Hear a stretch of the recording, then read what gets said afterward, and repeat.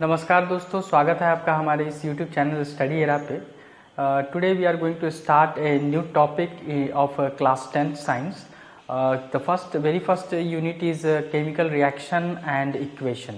सो उसे हम लोग स्टार्ट करने जा रहे हैं। इलेक्ट्रिसिटी को ऑलरेडी मैंने कंप्लीट कर दिया है and I have uploaded all the videos related to the electricity.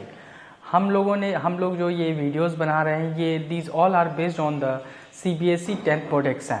इसे NCERT बेस्ड बेसिस पे बनाया जा रहा है और ये those student who are preparing for their exam for upcoming 2021 they can see these videos and take the advantage of these videos and after that they can study NCERT। और उसके बाद अगर आप रेफरेंस कोई भी बुक पढ़ना चाहते हैं तो दैट इज़ सफिशिएंट। उसके बाद आपको कहीं से भी कुछ भी पढ़ने की ज़रूरत नहीं है। Only the last thing is that कि आपको सिर्फ रिविज़न करना है। ठीक है, तो let's start without wasting the time. ठीक है, केमिकल रिएक्शन हम लोग देख लेते हैं क्या है। हम लोग ये chapter 1 chemical reaction and equation start करने जा रहे हैं। तो सबसे पहले देख लेते हैं केमिकल रिएक्शन क्या है। केमिकल रिएक्शन क्या है? What is chemical reaction? when one or more substances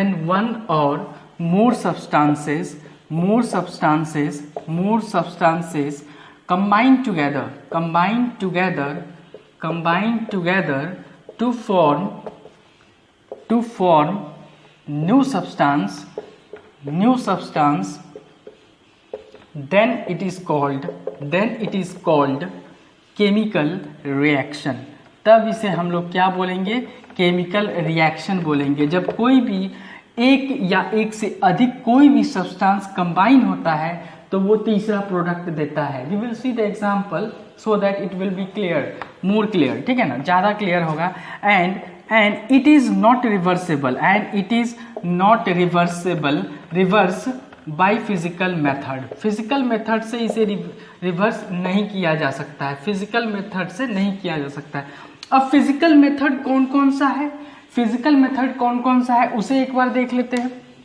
physical method कौन कौन सा है उसे एक बार देख लेते हैं। तो इसको एक बार समझ लीजिए कि जब कोई भी सब्सटेंस एक या एक से अधिक सब्सटेंस कंबाइन कर जाते हैं, अगर ये सब्सटेंस कोई है और ये सब्सटेंस कोई है, ये दोनों जब कंबाइन कर जाते हैं तो एक तीसरा हमें सब्सटेंस देता है। तो इसे ही हम लोग बोलते हैं केमिकल रिएक्शन। इसे हम लोग क्या बोलते हैं? इसे हम लोग केमिकल रिएक्शन बोलते हैं। बहुत इजी वे में अगर हम लोग कुछ भी ले तो समझ लीजिए कि जो घर में सब्जी बनती है पहले कुछ और रहता है। पहले हम लोग सब्जी को लेते हैं और उसे वॉश करते हैं, देन हम लोग उसे काटते हैं, देन हम लोग कुक करते हैं।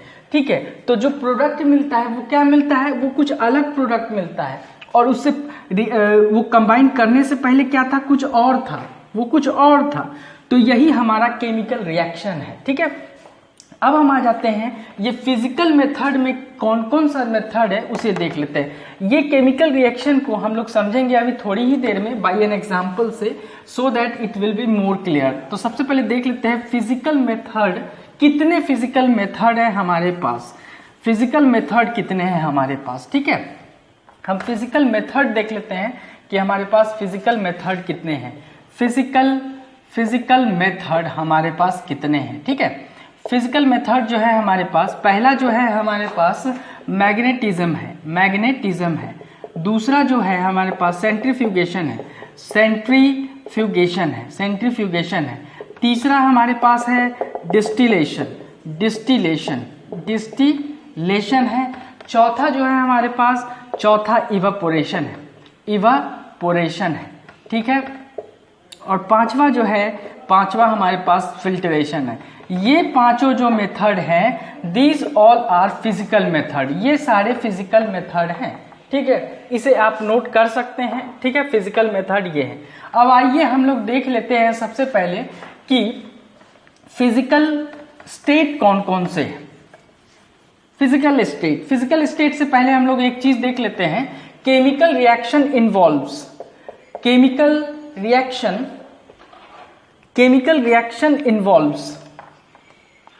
एक केमिकल रिएक्शन जब होता है तो उसमें क्या क्या होता है वो चीज देख लेते हैं। केमिकल रिएक्शन इन्वॉल्व्स, इसका मतलब क्या हुआ? इसका मतलब हुआ कि कोई भी केमिकल इक्वेशन जब होता है, कोई भी केमिकल रिएक्शन जब टेक पार्ट होता है तो क्या क्या चीज़ें होती हैं। तो ये होता है उसका स्टेट बदल जाता है, चेंज इन स्टेट, स्टेट बदल जाता है, उनका कलर बदल जाता है, change in colour, change in colour, उनका कलर बदल जाता है। ठीक है। तीसरा क्या हो जाता है, change in temperature, change in temperature, change in temperature. और चौथा क्या हो जाता है, इवोल्यूशन ऑफ गैस। जब आप देखेंगे कोई भी, अभी हम लोग थोड़ी देर में इक्वेशन लिखेंगे, then we will see that कि गैस का इवोल्यूशन होता है, गैस का इवोल्यूशन होता है। So these are the 4 things which takes place while in chemical reaction happens. जब भी केमिकल रिएक्शन होता है तो उस केमिकल रिएक्शन में ये 4 चीजें होती है, उनका स्टेट बदल जाता है। स्टेट क्या है, वी विल सी सून, हम लोग तुरंत देखेंगे। अभी स्टेट में सॉलिड, लिक्विड, गैसेस और एक्वस सॉल्यूशन होता है, उसे भी हम लोग देखते हैं। उनका कलर चेंज हो जाता है, उनका टेम्परेचर बदल जाता है, और जो लास्ट में बचता है जो गैस इवॉल्व हो जाता है। ठीक है, ये चारों चीजें हम लोग अभी जस्ट देखेंगे। एक एग्जाम्पल ले लेते हैं, एक एग्जाम्पल ले लेते हैं कि व्हेन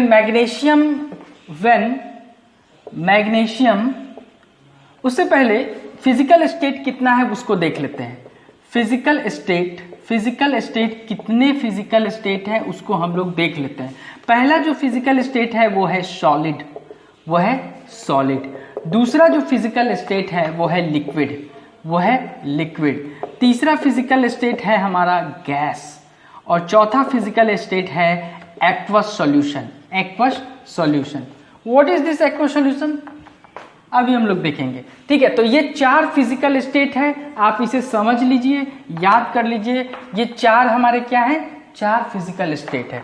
एक एग्जांपल मैं देना चाहता हूं जो हमारे डे टू डे लाइफ में होता है, जो हमारे डे टू डे लाइफ में होता है, केमिकल रिएक्शन जो डे टू डे लाइफ में होता है। केमिकल रिएक्शन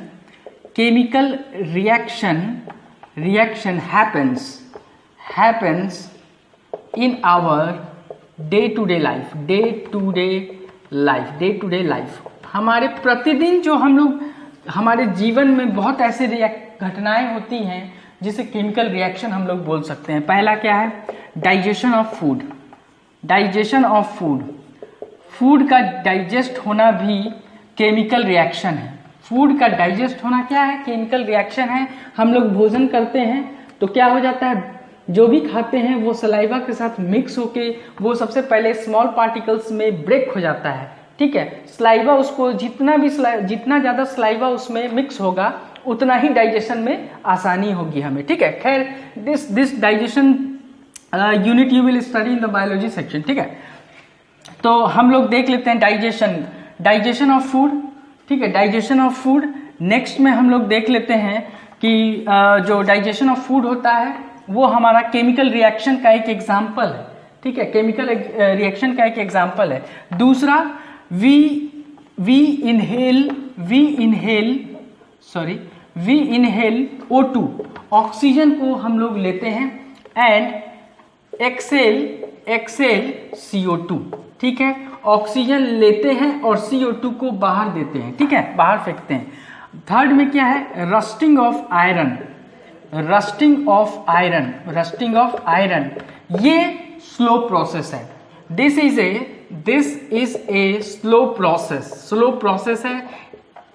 हम लोग देख सकते हैं कि जो भी आयरन है, जब वाटर, और देखते होंगे कि जो आयरन रड होता है हमारे छत पे या बालकनी में या कहीं पे भी, तो वहाँ पे एयर और वाटर उससे कांटेक्ट में आने के कारण रस्टिंग ऑफ आयरन हो जाता है, उसमें जंग लगना शुरू हो जाता है। ठीक है, तो वो क्या होता है, वो बहुत स्लो प्रोसेस होता है। ठीक है, नेक्स्ट में क्या है हमारा, हम एक ये भी एग्जांपल ले सकते हैं। ये तो मैंने बता ही दिया है कि O2 लेते हैं और CO2 हम लोग बाहर करते हैं। ठीक है, तो ये सारे जितने भी हैं ये सभी हमारे केमिकल रिएक्शन के examples day to day life में होते हैं। ठीक है, मैं फिजिकल स्टेट की बात कर रहा था। फिजिकल स्टेट में हम लोग देख लेते हैं क्या है। ठीक है, फिजिकल स्टेट की मैं बात कर रहा था और उसमें मुझे एक चीज बताना था, एक्वस क्या है। ठीक है, फिजिकल स्टेट हम लोग एक बार फिर से देख लेते हैं। Physical state, mainly 4 physical state है। सॉलिड है, दूसरा लिक्विड है, तीसरा गैस है और चौथा एक्वस है। ठीक है। सॉलिड तो हमें पता है, लिक्विड भी पता है, गैस भी पता है, बस एक्वस में हमें कंफ्यूजन है। ठीक है।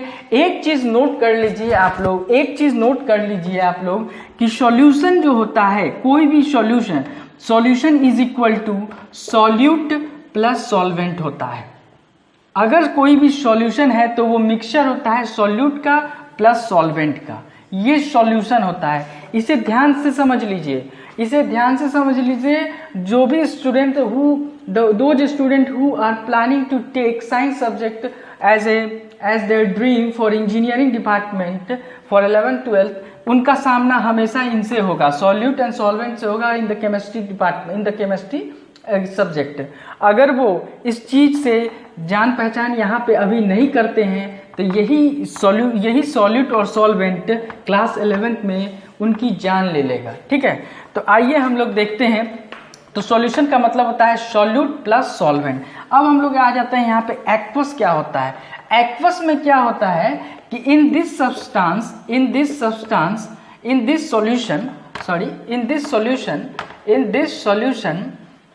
Solution solvent is what? In this substance solution is solvent। ठीक है। इसमें एक्चुअली में होता क्या है, इसमें एक्वस में वाटर की मात्रा बहुत अधिक होती है। वाटर जो होता है अधिक होता है। ठीक है। वाटर क्या होता है हमारा, वाटर अधिक होता है। ठीक है। वाटर की मात्रा इसमें अधिक होती है। ठीक है। तो इस एक्वस में वाटर की मात्रा जो होती है अधिक होती है। सॉल्वेंट यानी कि सॉल्वेंट जो है ज्यादा होता है इसमें, इस सॉल्यूशन में सॉल्वेंट ज्यादा होता है। ठीक है ना। और जिसमें सॉल्यूट होगा इसका मतलब है उसमें वाटर की मात्रा कम होगी, ठीक है। यही है एक्वस, सॉल्यूट एंड सॉल्वेंट। ठीक है। अगर नहीं समझ में आया है तो सिंपल इतना याद रख लीजिए, सॉल्वेंट और सॉल्यूट में इतना याद रख लीजिए कि इसमें वाटर की मात्रा सबसे अधिक होती है और इसमें वाटर की मात्रा कम होती है। ठीक है। इसमें अगर डिफाइन करना हो तो कैसे करेंगे, the substance in which solution is solvent. Solution जो होगा हमारा सॉल्वेंट होगा, सॉल्यूशन क्या होगा हमारा, सॉल्वेंट होगा, और सॉल्वेंट यहाँ पे क्या है, वाटर है। और जबकि इस केस में क्या होगा, सॉल्यूशन के केस में इसमें सॉल्यूट होगा, मतलब वाटर की मात्रा कम होगी। ठीक है। अब हम लोग एक एग्जांपल ले लेते हैं और उसमें फिजिकल स्टेट को दिखाते हैं। देख लीजिए, when magnesium burned in air, जब मैग्नीशियम बर्न करता है एयर के साथ, then what we are getting magnesium oxide हमें मिलता है। तो ये जो चीज है ये सॉलिड में है। O2 हमारा क्या है, O2 हमारा गैस में है, और MgO क्या मिला हमें सॉलिड में मिला। तो ये जो रिप्रेजेंट कर रहा है ये हमारा फिजिकल स्टेट है। This is physical state. ये जो हमने दिया है ये फिजिकल स्टेट है। मैं इसे रब कर रहा हूं। एक चीज और मैं दिखा देता हूं, यहाँ पे फिजिकल स्टेट मैंने बता दिया। अब यही जो ये साइड जो है, this is the reactant side. ये हमारा क्या है, this is the reactant side and this is the product side. कोई भी इक्वेशन में दो चीजें इंपॉर्टेंट हैं। In any chemical equation, in any chemical reaction, two things are important. कौन सा? एक होता है रिएक्टेंट होता है और दूसरा जो होता है प्रोडक्ट होता है। दूसरा क्या होता है, दूसरा प्रोडक्ट होता है। रिएक्टेंट में क्या होता है, इसमें क्या होता है, when one or more substance react together, ठीक है, when one or more substance react together to form new substance। ठीक है, इसे अभी मिटा देते हैं। तो जब कोई एक या एक से अधिक सब्सटेंस रिएक्ट करता है ताकि कुछ बन सके, कुछ नया बन सके, तो वो जो होता है हमारा रिएक्टेंट होता है। जो हमारा मैग्नीशियम और ऑक्सीजन एक साथ रिएक्ट किया तो this is the reactant side, और अब जो बनेगा ये प्रोडक्ट होगा। तो product, if you want to take the snapshot you can take it. ठीक है, अब प्रोडक्ट को डिफाइन कर लेते हैं। प्रोडक्ट क्या है? तो प्रोडक्ट हम लोग बोलेंगे when new substance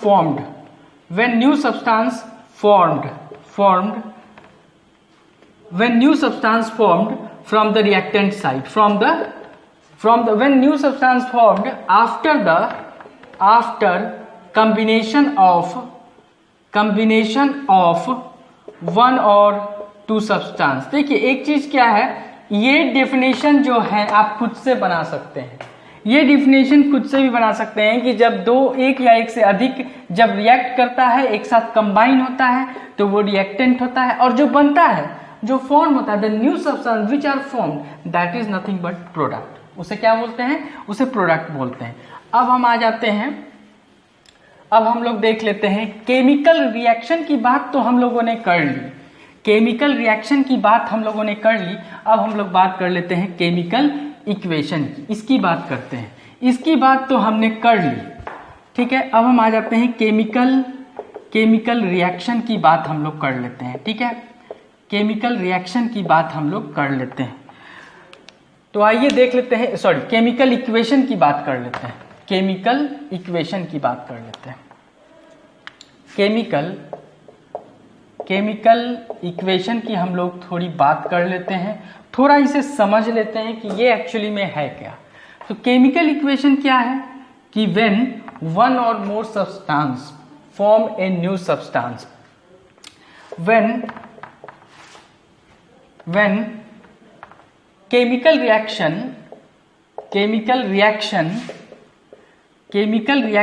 is represented by chemical equation, ठीक है। केमिकल रिएक्शन को हम लोग केमिकल इक्वेशन से शो करते हैं। और केमिकल इक्वेशन में हम लोग क्या शो करते हैं, मैं आपको Mg plus O2, Mg solid में था प्लस O2 हमारा गैस में था, और जो प्रोडक्ट बनता है वो कौन सा प्रोडक्ट बनता है, MgO, मैग्नीशियम ऑक्साइड, जो कि सॉलिड में बनता है, ठीक है, जो कि सॉलिड में बनता है, ठीक है। तो ये जो बना और इसका जो फिजिकल स्टेट हम लोगों ने फिजिकल स्टेट लिखा है, तो दीज ऑल, ये जो इक्वेशन है, यही इक्वेशन हमारा केमिकल इक्वेशन कहलाता है, ठीक है।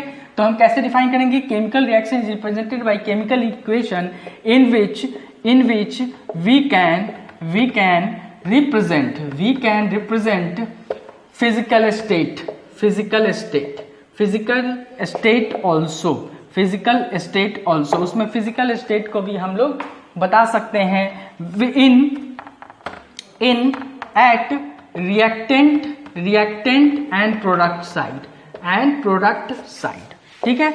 ये सारी चीजें हम लोग बता सकते हैं किसमें, केमिकल इक्वेशन में। ये केमिकल इक्वेशन है, ठीक है ना। ये वाला जो चीज है यही केमिकल इक्वेशन हमारा बन रहा है, ठीक है। अब हम आ जाते हैं एक एग्जाम्पल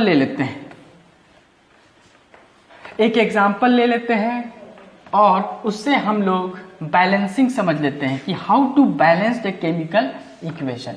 किसी भी केमिकल इक्वेशन को बैलेंस कैसे किया जाता है, ये बहुत ही इंपॉर्टेंट है, ठीक है। ये बहुत ही इंपॉर्टेंट है, इसको देख लेते हैं। How to balance a chemical equation. किसी भी केमिकल इक्वेशन को अगर हमको बैलेंस करना है, ठीक है, किसी भी केमिकल इक्वेशन को अगर हमें बैलेंस करना है तो हम कैसे बैलेंस करेंगे। In exam they are going to ask you with 1 और 2 मार्क्स, ये आइदर 1 मार्क्स या 2 मार्क्स में पूछा ही जाएगा, ठीक है। तो ये बैलेंस करने हमें आना चाहिए, ठीक है। मैं एक एग्जाम्पल ले लेता हूं, Fe plus H2O। Fe plus H2O, ये हमारा बनाता है Fe3O4 और H2 बनाता है। ठीक है, ये बनाता है हमारा, ये चीज बनाता है। अब हमने देखा ये हमारा आयरन रड है, ये हमारा क्या है, आयरन रड है। आप लिख सकते हैं अगर आप लिखना चाहते हैं तो दिस इज वाटर। ठीक है, दिस इज वाटर एंड ये क्या है, फेरस ऑक्साइड। ठीक है, इसको क्या बोलेंगे हम लोग, आयरन ऑक्साइड बोलेंगे, इसको आयरन ऑक्साइड बोलेंगे। और ये जो निकल रहा है यही गैस निकल रहा है, हाइड्रोजन गैस निकल रहा है, हाइड्रोजन गैस निकल रहा है, हाइड्रोजन गैस निकल रहा है, जो मैंने बताया था इवोल्यूशन ऑफ गैस। ये क्या है, इवोल्यूशन ऑफ गैस है। ये क्या हो रहा है, गैस का इवोल्यूशन हो रहा है। ठीक है, तो यहाँ पे अब हम लोग देख लेते हैं कि कैसे हम लोग इसको बैलेंस करेंगे। इसे जो हम बैलेंस करेंगे उसे हम लोग हीट एंड ट्रायल मेथड से करेंगे। ठीक है, हीट एंड ट्रायल मेथड से हम लोग बैलेंस करेंगे इसको। ठीक है, अब आइए हम लोग देख लेते हैं कैसे इसे बैलेंस करते हैं। देखिए, हीट एंड ट्रायल मेथड से सबसे पहले इसे बैलेंस करेंगे। करना क्या है, by using heat and trial method सबसे पहले एक टेबल बना लेंगे, ठीक है, एक टेबल बना लेंगे। इतना बड़ा टेबल बनाने की जरूरत नहीं है, एक टेबल बना लेंगे। इसमें हम लिख देंगे एलिमेंट, यहाँ पे हम लिख देंगे एलिमेंट, ठीक है, और यहाँ पे लिख देंगे रिएक्टेंट, यहाँ पे लिख देंगे हम लोग प्रोडक्ट। ठीक है, प्रोडक्ट।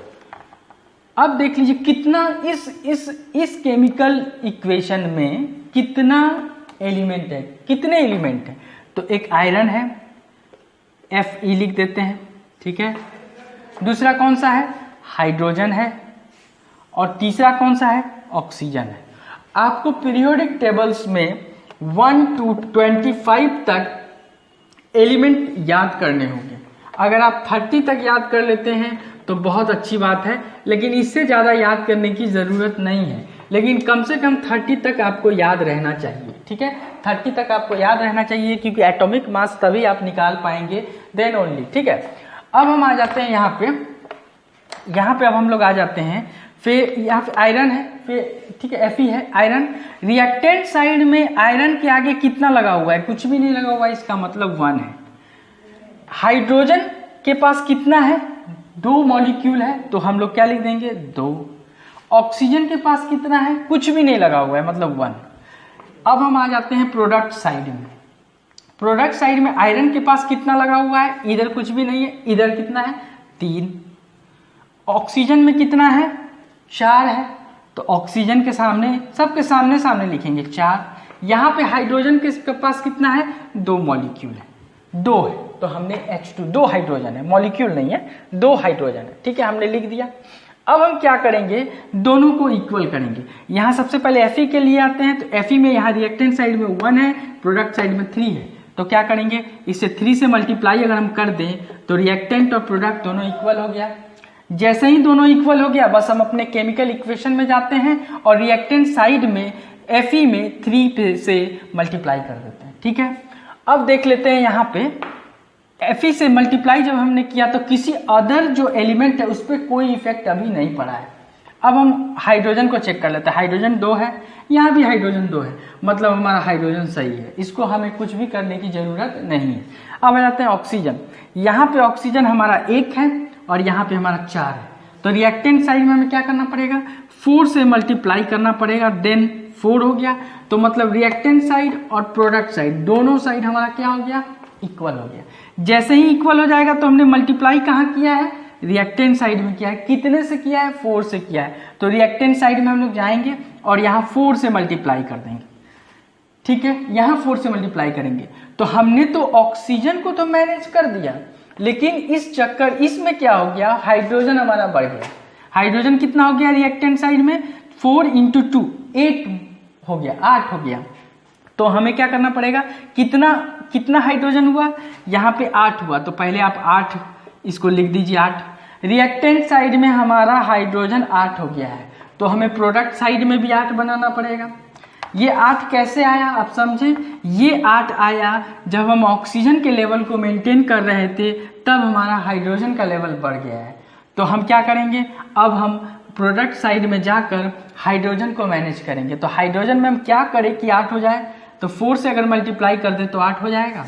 अब एक चीज आप चेक कर लीजिए कि क्या आयरन का रिएक्टेंट और प्रोडक्ट दोनों सेम है, तो यस सेम है। क्या हाइड्रोजन का सेम है रिएक्टेंट और प्रोडक्ट साइड, यस दोनों का सेम है। ऑक्सीजन का क्या रिएक्टेंट और प्रोडक्ट साइड दोनों सेम है, तो यस सेम है।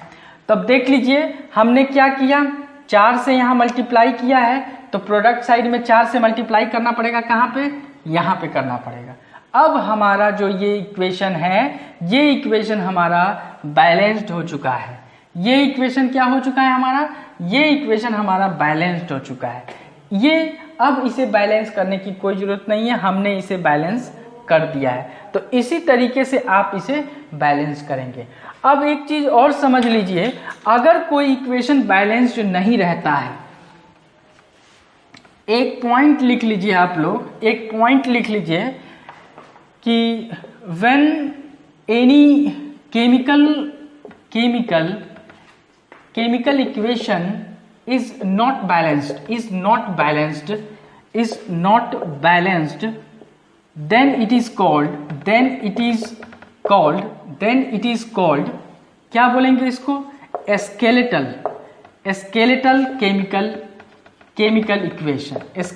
केमिकल इक्वेशन इसको बोलेंगे। जब भी कभी कोई केमिकल इक्वेशन बैलेंस्ड नहीं होगा तो उसे हम क्या बोलेंगे, स्केलेटल केमिकल इक्वेशन बोलेंगे। अभी ये स्केलेटल केमिकल इक्वेशन नहीं है क्योंकि ऑलरेडी हमने इसे बैलेंस कर दिया है। अगर हम यहाँ से 3 को हटा दें तो अब क्या बोलेंगे इसे, ये है skeletal chemical equation. This is skeletal chemical equation है, ठीक है।